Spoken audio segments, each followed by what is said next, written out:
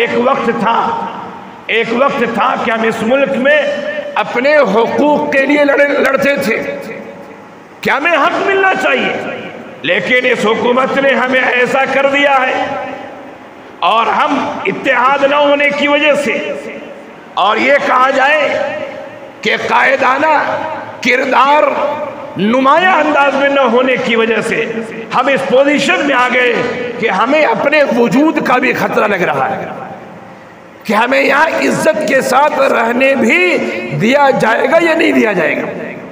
پہلے وہ حقوق کی بات کیا کرتے تھے، ہمیں حق ملنا چاہیے، اب صورتحال ایسی ہو گئی ہے ہم یہ کہتے ہیں کہ ہمیں یہاں رہنے دیا جائے، ہم اپنے وجود کے لیے پریشان ہیں۔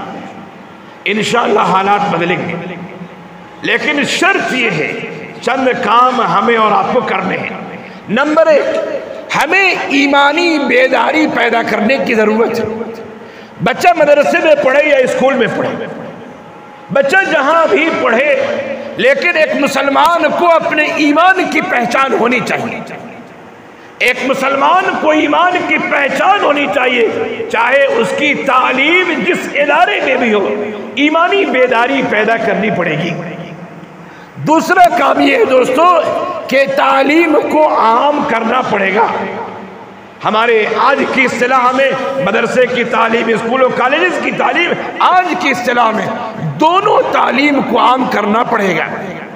تیسرا کام یہ ہے دوستو کہ ہمیں حکومتی عہدے اور منصب پر بھی آنا پڑے گا۔ پولیس کھڑی رہتی ہے، غیر مسلم مسلمانوں کو مارتے رہتے ہیں، اور پولیس منہ دیکھتی ہے، کیوں؟ اس لیے کہ انہیں جو گائیڈ کر رہا ہے وہ ہمارا نہیں ہے، وہ ان کا آدمی ہے، ان کی زبان سمجھتا ہے، وہ قانون نہیں سمجھتا ہے، وہ صرف اپنا اور دوسرے کو سمجھتا ہے۔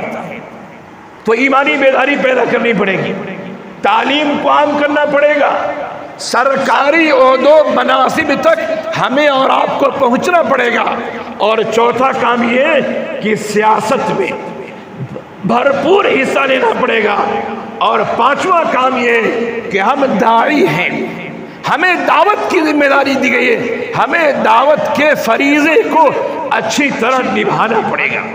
یہ 5 کام اگر ہم نے کیے، یہ 1-2 دن میں ہونے والے نہیں ہیں، زمانہ چاہیے اس میں، لیکن اگر ہم نے حوصلہ رکھا، عزم رکھا، ارادہ رکھا، تو انشاءاللہ کوئی بعید بات نہیں ہے کہ جلد ہی حالات بدلیں گے، اور پھر ملک میں امن و سکون کا ماحول قائم ہوگا۔